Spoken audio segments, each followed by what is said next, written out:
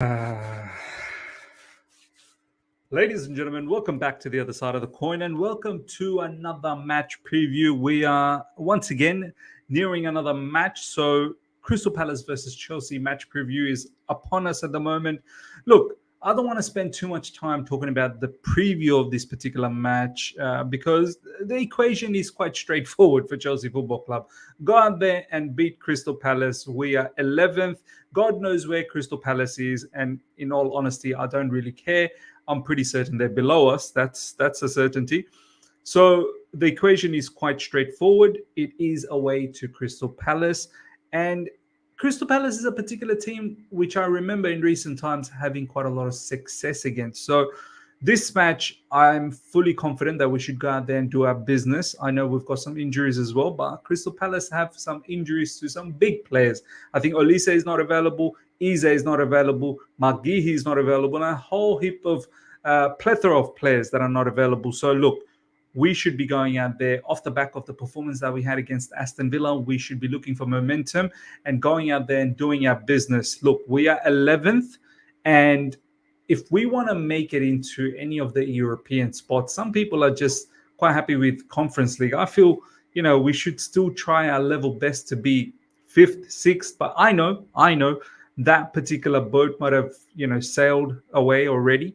The way Man United are winning on a regular basis now and creating a large gap between us, it's going to be difficult to make it into that Europa League position. And for me, without that, it feels like somewhat of a failure. The only way this can be rectified is if we win some sort of domestic silverware. So look, as I said, don't want to spend too much time on the preview of this particular match because the equation is quite simple. We need to go out there, do our business, and collect the 3 points that's available because the match after this is Manchester City. What I do want to take my time talking about in this particular video is a whole heap of news that's been, dropping prior to this match. And look, since the victory against Aston Villa, I sense a lot of excuses have materialized in the surface again, and it's starting to bother me. I said one of the biggest things that I said start of this season is I don't want to hear any more excuses. And once again, we've got a plethora of excuses lined up this season off the back of last season's excuses as well. And I know last season's not on Mauricio Pochettino, no worries about that, but it's excuses from the fan base nonetheless. This season, yes, there are certain excuses that are valid, but at the same time, I feel like there was enough solution to be a lot better than where we are. See, people sometimes get misconstrued about what I'm about to say. They misunderstand me. No one's ever asked for Chelsea Football Club to win the Premier League. No one. You would be deluded off the back of what happened last season to expect that you can win the Premier League, Champions League, please, Premier League this season.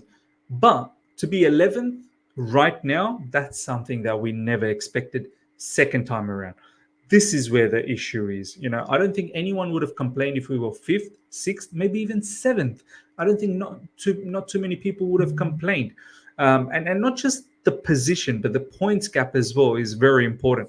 The fact that we're 11th and we are so far away from teams like Man United or even Newcastle United, I think they're a few points away from us now. Correct me if I'm wrong, but the bottom line is Man United, who were having a similar kind of season to us, they're about 10 points clear of us right now. So look, as I said, situation is very, very clear. We need to go out there and do our business. But what we want to talk about here is certain news that's been falling in the past 24 hours. And it starts from here. I feel like these are excuses, but at the same time, I want to give Mauricio Pochettino some benefit of the doubt. So let's go. Pochettino is fed up explaining Chelsea's situation to the media. The perception is one thing, but if you don't have your best players, it's difficult. You're judged on results, but circumstances are there. Always we play with different circumstances. When you only see the result, people criticize because you lose the game, but never do you, the media, go into the analysis of why. Before I was focusing on giving good information to the media to put it all into context, to provide the argument about what is going on. But now After 7 months, I don't say I give up with the media. But if people want to understand, okay, if not, we focus on and move and try to win games. After 7 months, I need to still explain and explain and explain. Unless people want to listen, that's it. I'm not going to spend too much energy in keeping going, explaining and explaining. If you want to understand, perfect. If you want to help Chelsea, perfect. If not, saying you are helping me, it's helping Chelsea. Look, bottom line, I think what he's trying to say is that he's fed up of consistently explaining to the media what the problems of Chelsea Football Club is, and one of them, I think, is injuries. Obviously, he's also mentioned about the youth, how young the squad is, and this, that, the other. Look, Mauricio Pochettino. Let me make it very, very clear, and to the fans out there who tend to think, yeah, we are a little bit too pushy as a fan base. Look, we get the constraints, we get the restrictions, we get the barriers, we fully understand it. But 11th is not acceptable. We have enough talent in the football club to do a lot better. All of these excuses, I feel these are excuses that's been said by Mauricio Pochettino, being a little bit annoyed about having to explain things to the media. One thing I have always reiterated over the last few videos is that I need to see Mauricio Pochettino take some accountability. I never see Mauricio Pochettino come in the press conference and say, do you know what? Yeah, I can do better. I should be doing better. I think I got this wrong.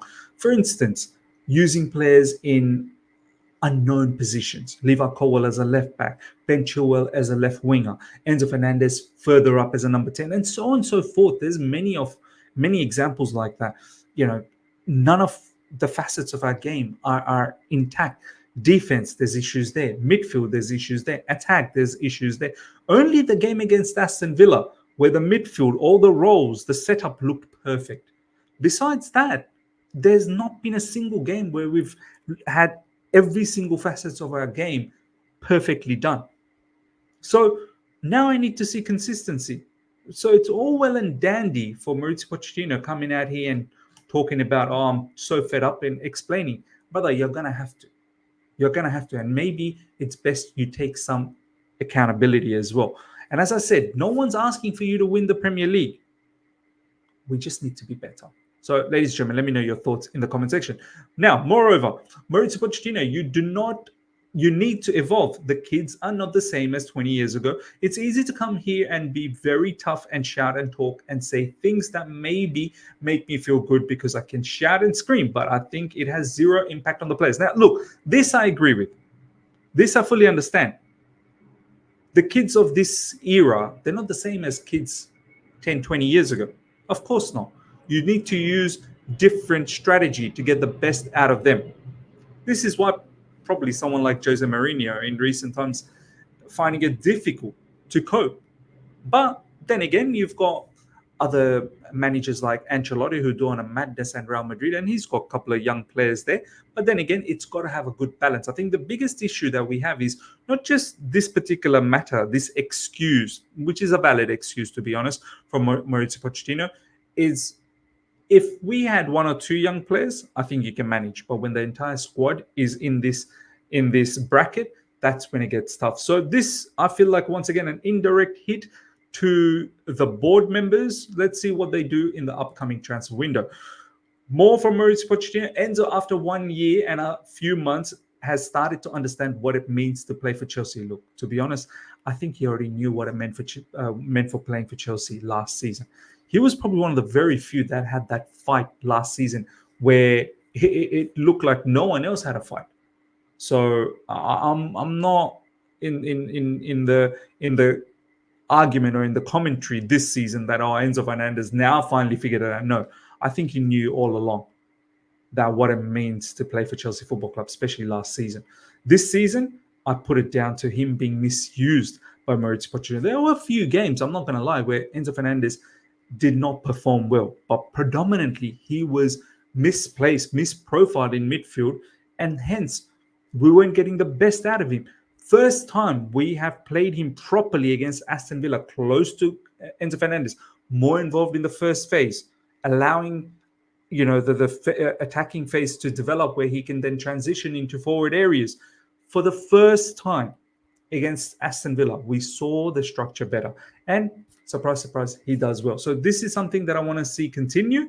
But this whole business about he never knew what it meant to play for Chelsea only up until recently, I don't think so. I don't agree with that because I saw a lot of fight last season as well. He was probably the only one that was fighting. Mauricio Pochettino, it's so important how you approach a group and players. It's quite a unique project here. When you change the project and try and create something, you always try and find a way to tackle problems. I think young players need to adapt and deal with the pressure and perception that fans have when you pay that much money and amount you earn. Sometimes you need a few months, sometimes you need a year. There are a lot of situations here like that. It's a massive job. You can't put them all in a dressing room and the magic just happens. We need to work, and we are working really hard, and maybe people find it difficult to appreciate it. It feels that for sure in the future we are going to benefit. Look, I hope so, man. Honestly, I don't get any pleasure sitting here talking down on Mauricio Pochettino. Don't get me wrong, I never wanted Mauricio Pochettino as my first manager. I wanted Luis Enrique, but that's by the by now. We have Mauricio Pochettino now, and I wish him the best. I really do. But when I see him not performing to his highest level, when I see where we are as a football club, 11th, that's when I think majority of the fan base gets upset. As I said, had we been 6th, 7th, I don't think the uproar would be this much, because we could see the development from last season, and we could see potentially the development of some of the players. And then we could back someone like Mauricio Pochettino for another season to perhaps build on that. Now it's like we're pretty much where we were last season. So this is what the uproar is all about. And look, fully understand, unique project, this, that, the other, whole heap of stuff that Mauricio Pochettino has been saying there. But it's a results-based business as well, my man. It's a results-based business. You've been hired to find that extra bit.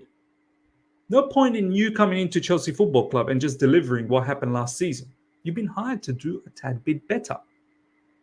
And that's what it comes down to. Pochettino, whether he's feeling the love from Chelsea fans yet? No, I need to be honest with you. No, because I understand they were winning the Champions League. They won cups, the Premier League. Why are the fans going to love me after 6-7 months? And look, I'm glad that he's realistic about it. I'm glad that he understands that the fans are just not gonna, have a blind eye and just go, keep the blue flag flying high and yes, up the project and fully back the manager. As I said recently, I think fans that are unable to criticize in a constructive manner, I think your toxic positivism is also a bit of a it's not something that helps the situation. You should be able to constructively criticize in order to ensure the team is moving the right way. If you just blindly keep backing, then they will never know what they're doing wrong. Whereas Pochettino, we are in the final, but we are not in a good position in the table in the Premier League. I think at the moment I feel the respect from the fans. I see them on the street and they are all nice to me, but I cannot lie, which obviously then he goes on to talk about here. All right, next up, ladies and gentlemen. So that's a lot about Mauricio Pochettino. As I said, ladies and gentlemen, let me know your thoughts in the comment section about all the comments in regards to Mauricio Pochettino. Do you agree with what he's saying? Do you have an alternative view? What's your opinion on all the matter that we've spoke about? Now, next up, some injury news, ladies and gentlemen. Benoit Badiashile has been ruled out for a month with the groin injury he sustained against Aston Villa. So, look, we just simply can't get any break with these injuries. Off the back of that one really good match against Aston Villa, where Badiashile looked a little bit shaky in the beginning, but nonetheless, you thought that maybe we can lock up that back four and continue with that back four again against Crystal Palace, but not to be the case. He's ruled out for a month, and I just hate these injuries, man. Like, it seems to happen to the same players over and over again. Different stuff, but to the same players pretty much. So, look, at this moment, I'm not even going to say, let's blame the medical staff, let's blame this, let's blame that. There's a bigger issue. I think a big investigation needs to be done, exactly understanding why some of these injuries are happening. You're looking at the training sessions, looking at the recovery, looking at medical staff, everyone, looking at what they do outside of football, looking at what they, how they got injured and why they're getting injured, what type of training are they doing? Are they looking after, Are they doing the stretches? Are they doing their Pilates and whole heap of other muscle strengthening stuff? So look, many things that needs to be done. But bad news, bad boy Buddy Shield is injured for a little while. Now, good news is Levi Colwill is back and in contention for the Chelsea squad tonight, which is great. And this is where we're going to have to figure out what's going to happen. Is it going to be Levi Colwill? Is it going to be Thiago Silva? And the next news, ladies and gentlemen, is in regards to Thiago Silva. I must say, look, ladies and gentlemen, Thiago Silva, I feel like in recent times has been disrespected, insulted a bit too much. Now, fully understand, he's nearly 40. He shouldn't be playing every single game for Chelsea Football Club, of course. It is difficult to play a very expanded form of football, expansion with someone like Thiago Silva, because, he's not a spring chicken anymore. He can't just be running around everywhere. It's very difficult to play a high line with CBs wide, making them to cover the half spaces and, fullbacks going forward as well. It's very difficult to rely on Thiago Silva to cope with some of the faster players in the Premier League. So it's naive on Pochettino to consistently use him, but at the same time, I feel like the media has painted such a picture that it's as if every fault is on Thiago Silva. I see some really bad insults and abuse towards Thiago Silva in recent times, and I think it's accumulated a little bit more off the back of what Bell Silva said, when we lost against Wolves, and that has triggered large parts of the media and certain fans in Chelsea Football Club that, she should keep her mouth shut, this, that, the other. I think the other way. I think because she done that, we have had a kick up the backside. So look, I get it. Thiago Silva, he's going to leave at the end of the season. There's a whole heap of talk about that.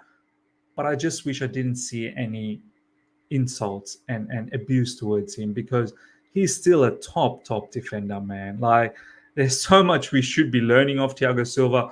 He's won so much for us: Champions League, Club World Cup, Super Cup. Should have won at least one of the FA Cups. Should have, got that Carabao Cup. Like, we should have beaten Liverpool at least once. If some people were able to finish up front.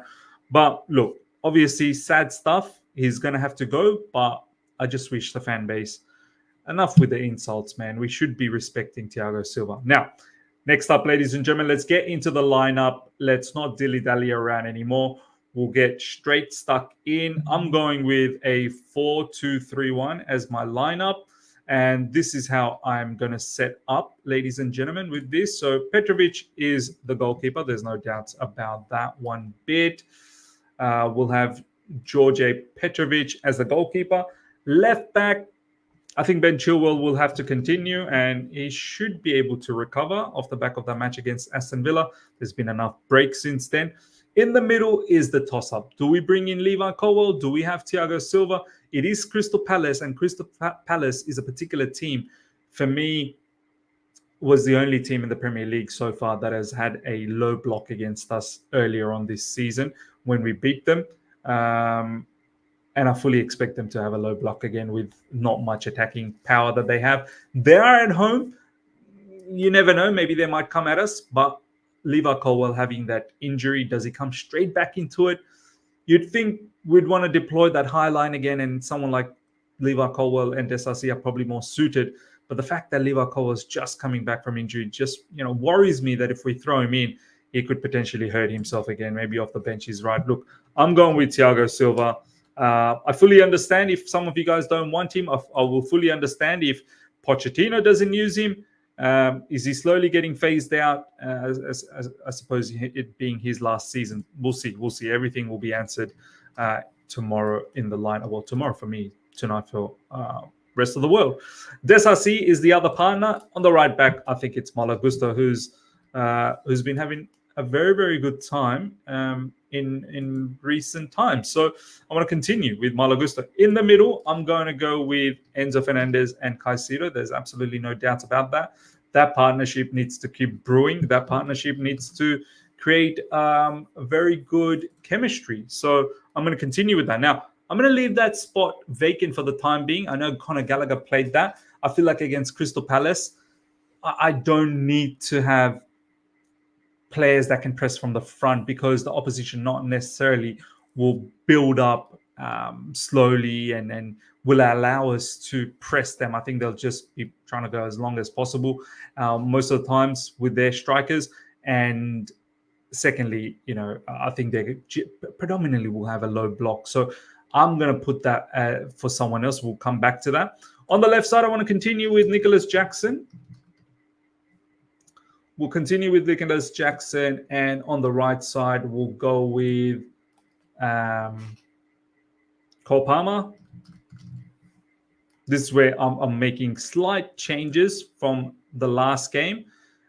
Because for me, look, it's more important to keep a better structure in the middle and in the back line. In the back line, the only difference is we've got Thiago Silva, and that's a forced difference because Buddy Shield is injured. So up front, I'm going with Nkunku because this brother needs to start for us. He is the difference maker for us. He needs to start. I know a lot of people want the same front line, but for me, horses for courses, I think this guy is going to be important against the team potentially sitting back. And in the middle, ladies and gentlemen, I'm going with Chukwuemeka. Carney Chukwuemeka. So this is my team. Look, no agenda, no hate against Gallagher. I just feel like this match is probably not suited for Gallagher. I feel like this match is the right match for someone like Carney Chukwuemeka, who can be more of an attacking threat. And look, I'm not saying Gallagher wasn't an attacking threat against Aston Villa, but Aston Villa is a team that likes to play out from the back, and you can utilize Gallagher's press to get to that. I feel we're not going to come across a team that's going to be building up from the back too much, and predominantly we'll try and sit back. So I'd rather have someone like Chukwuemeka with a lot more attacking prowess and someone like Nkunku to help that cause. So ladies and gentlemen, this is my team. Petrovic, Chilwell, Thiago Silva, Desasi, Gusto, Fernandez, Caicedo, Nicholas Jackson, Chukwuemeka, Palmer, and Nkunku. My score prediction is Chelsea to win, potentially 3-0 again. So I'm quite confident for this particular match. Let me know your thoughts about my lineup, your thoughts about the score prediction as well. And let me know everything that we spoke about in regards to Mauricio Pochettino, Thiago Silva, and the rest. So hope you guys have enjoyed this. Smash the like button if you're here for the first time. Subscribe, hit the bell notification to stay in touch with all my content. I shall see you guys for the watch along. Until then, everyone, take care and see ya. Bye.